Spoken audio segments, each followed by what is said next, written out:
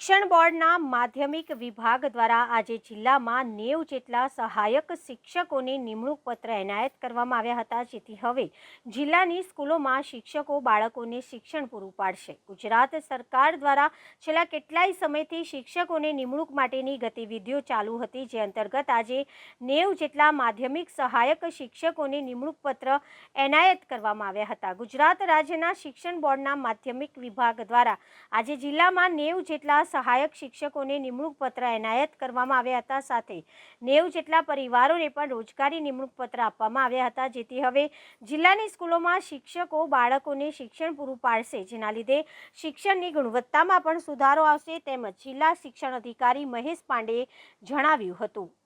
ગુજરાત સરકાર દ્વારા માધ્યમિક વિભાગના શિક્ષણ સહાયકોને 90 જેટલા શિક્ષણ સહાયકોને નિમણૂક પત્રક વડોદરા જિલ્લામાં એનાયત કરવામાં આવ્યા છે, જે અંતર્ગત 99 કુટુંબોને સરકારશ્રી દ્વારા આજે રોજગારી પૂરી પાડવામાં આવી છે। ગુજરાત સરકાર અને શિક્ષણ વિભાગનો જે ખાલી જગ્યાઓ હતી એ જગ્યા ભરવાનો ઉત્તમ પ્રયાસ છે।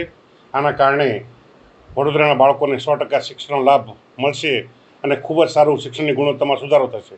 Thank you.